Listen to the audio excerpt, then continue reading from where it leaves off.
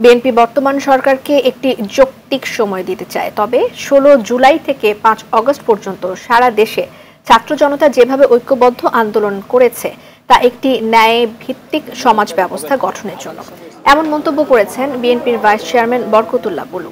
শনিবার রাতে নোয়াখালী সোনাইমুড়ীর নাটেশ্বর ইউনিয়নে পশ্চিম মির্জানগর জামে মসজিদ প্রাঙ্গণে ওয়াজ মাহফিল অনুষ্ঠানে প্রধান অতিথির বক্তব্যে তিনি এই মন্তব্য করেন। ধর্ম যার যার, উৎসব সবার, এটা একটা নাস্তিক কথা মন্তব্য করে বুলু বলেন, ধর্ম যার যার, রাষ্ট্র সবার। শ্রমিক, কৃষক জনতা ঐক্যবদ্ধভাবে শেখ হাসিনার পতন ঘটিয়েছেন দেশকে মুক্ত করার জন্য, একটি ন্যায় বিচার ভিত্তিক সমাজ ব্যবস্থা গড়ার জন্য। অতএব আমরা বলতে চাই, এই সরকারকে আমরা একটা যৌক্তিক সময় দিতে চাই।